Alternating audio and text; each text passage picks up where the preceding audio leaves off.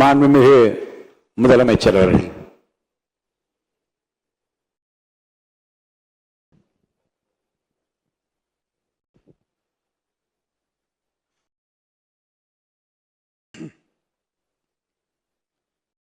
மாண்புமிகு பேரவைத் தலைவர் அவர்களே, மக்களே மக்களுக்காக மக்களால் நடத்தும் ஆட்சி மக்களாட்சி என்றார் அமெரிக்க முன்னாள் குடியரசுத் தலைவர் திரு ஆப்ரஹாம் லிங்கன்.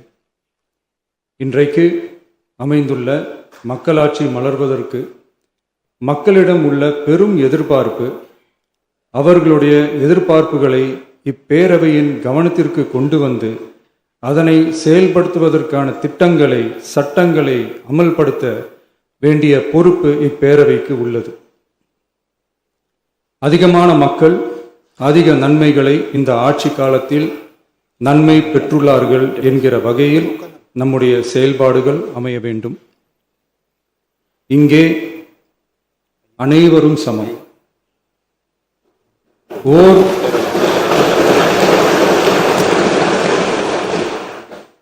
ஓர் உறுப்பினரை கொண்ட கட்சிகள் இங்கே இடம் பெற்றிருந்தாலும் அவர்களுடைய கருத்துகளுக்கும் அதிக எண்ணிக்கை பெற்ற தமிழக வெற்றி கழக உறுப்பினர்கள் தெரிவிக்கும் கருத்துகளுக்கும் சமமாகவே மதிப்பளிக்கப்பட்டு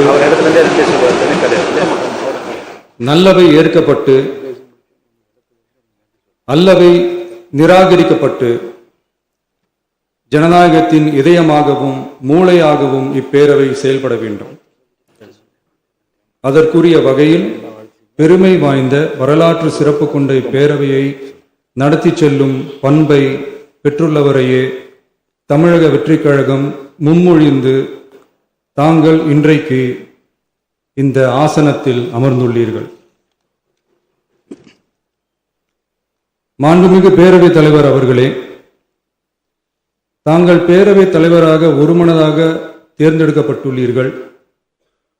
தங்களை இந்த ஆசனத்தில் மாண்புமிகு பேரவை முன்னவரும் எதிர்க்கட்சி தலைவரும் தங்களுடைய கரங்களை பிடித்து அழைத்து சென்று அமர வைத்தார்கள். இந்த சம்பிரதாயம் எப்படி வந்தது என்று சொன்னால் சுவாரஸ்யமாக இருக்கும். பெரிய வரலாறு சம்பவத்தில் உள்ளது. இங்கிலாந்து நாட்டில் உள்ள பாராளுமன்ற நடைமுறைகளை போன்றதே நம்முடைய பாராளுமன்ற நடைமுறைகளும். மன்னராட்சி இருந்த காலத்திலேயே அங்க பாராளுமன்றம் இயங்கியுள்ளது. அக்காலத்தில் அனைத்து அதிகாரங்களையும் பெற்ற மன்னரும் இருந்தார், பாராளுமன்றமும் இயங்கியது. அங்கே மன்னர் ஒரு பணியை செய்ய வேண்டும் என்று விரும்புவார், பாராளுமன்றம் அவருடைய விருப்பத்தை பெரும்பாலும் நிராகரிக்கும். மன்னர் விரும்பிய காரியத்தை பாராளுமன்றம் நிராகரித்து விட்டது என்கிற செய்தியை மன்னருக்கு சொல்ல வேண்டியவர் பாராளுமன்ற தலைவர், ஸ்பீக்கர் என்பார்கள். பாராளுமன்றத்தின் கருத்தை மன்னரிடம் சொல்ல வேண்டியவர் ஸ்பீக்கர். அதற்கு துணிவு வேண்டும். சில பணிகளை செய்வதற்குத்தான் பாராளுமன்றத்தின் அனுமதி வேண்டுமே தவிர அந்த ராஜ்யத்தில் உள்ள எந்த பிரஜைக்கும் மரண தண்டனை விதிக்கும் அதிகாரம் மன்னருக்கு உண்டு. தான் விரும்பியதை பாராளுமன்றம் நிராகரித்து விட்டது என்று சொல்லும் ஸ்பீக்கருக்கு மரண தண்டனை விதிக்கும்படி ஆணையிடுவார். தலையை வெட்டி விடுங்கள் என்று ஆணையிடுவார்கள். இது பலமுறை நடந்ததால் யாருமே இந்த ஸ்பீக்கர் பதவிக்கு வர விரும்ப மாட்டார்கள்.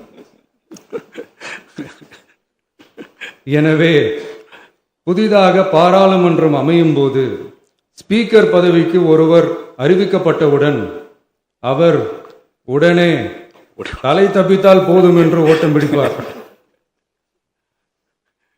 அணை முன்னவரும் எதிர்க்கட்சி தலைவரும் அவரை தடுத்து நிறுத்தி அவர் கைகளை பிடித்து இழுத்து வந்து ஆசனத்தில் அமர வைப்பார்கள். இதுதான் அந்த காலத்தில் இருந்து வந்த மரபு. ஜனநாயக முறை ஏற்பட்ட பிறகும் இம்மரபு தொடர்கிறது. நிச்சயமாக தமிழக வெற்றி கழக உறுப்பினர்கள் அனைவருமே உங்களுக்கு உதவிகரமாகவே இருப்பார்கள் என்கிற வாக்குறுதியை இந்நேரத்தில் அளிக்க விரும்புகிறேன். பேரவையின் மாண்பையும் கண்ணியத்தையும் பேரவை உறுப்பினர்களின் கண்ணியத்தையும் காக்க வேண்டிய பொறுப்பை உங்களிடத்தில் ஒப்படைத்திருக்கிறார்கள். தற்காலிக பேரவைத் தலைவர் பொறுப்பில் மிக சிறப்பாக பணியாற்றிய நம்முடைய உறுப்பினர் திரு மூவி கருப்பையா அவர்களை சந்திக்க நேற்றுக்கு சென்றிருந்தேன். அங்கே முந்தைய பேரவைத் தலைவர்கள் படங்களை கண்ணுற்ற போது, அவர்களை பற்றி அறிந்த போது உண்மையிலேயே எனக்கு பெருமிதம் தந்தது. ஏனென்றால் எடுத்துக்காட்டாக விளங்கும் திரு ஜே சிவ சண்முகம் பிள்ளை, டாக்டர் யு கிருஷ்ணராவ், திரு எஸ் செல்லப்பாண்டியன் அவர்களுடைய வரிசையில் மிக சரியான ஒருவரையே நாம் முன்மொழிந்துள்ளோம் என பெருமை அடைந்தேன். அதே போன்றுதான் நம்முடைய பேரவை துணைத் தலைவர் அவர்களும் நீங்கள் இருவருமே மிக சாதாரண குடும்பத்தில் பிறந்து மக்கள் பணியாற்ற வேண்டும் என்கிற அவாவில் செயல்பட்டு வந்தவர்கள். குணம் நாடி குற்றமும் நாடி அவற்றுள் மிகை நாடி மிக்க கொளல் எனும் வள்ளுவரின் வாய்மொழிக்கேற்ப சட்டமன்ற நடவடிக்கைகள் சீராக, செம்மையாக, அமைதியாக நடைபெறும் வகையிலும் சட்டமன்ற ஜனநாயக பண்புகள் நெறிமுறைகள் பேணி பாதுகாக்கப்படும் வகையிலும் இந்த அவைக்கு பேரவைத் தலைவரும் பேரவை துணைத் தலைவரும் பெருமை சேர்ப்பீர்கள் எனும் நம்பிக்கை எனக்கு உண்டு. அரசியலுக்கு அப்பாற்பட்டு மனிதர்களை மதிக்கும் நல்ல பண்புகள் நிலைநாட்டப்பட வேண்டும். தமிழ் பண்பாடு போற்றப்பட வேண்டும். அவையின் மரபும் மாட்சிமையும் மதிப்பும் காக்கப்பட வேண்டும் என்ற நல்லெண்ணத்தின் அடிப்படையில் அந்த பதவி ஏற்றுள்ள தங்கள் இருவராலும் காப்பாற்றப்படும் என்னும் நம்பிக்கையை மீண்டும் தெரிவித்து என் உரையை நிறைவு செய்கிறேன். நன்றி, வணக்கம்.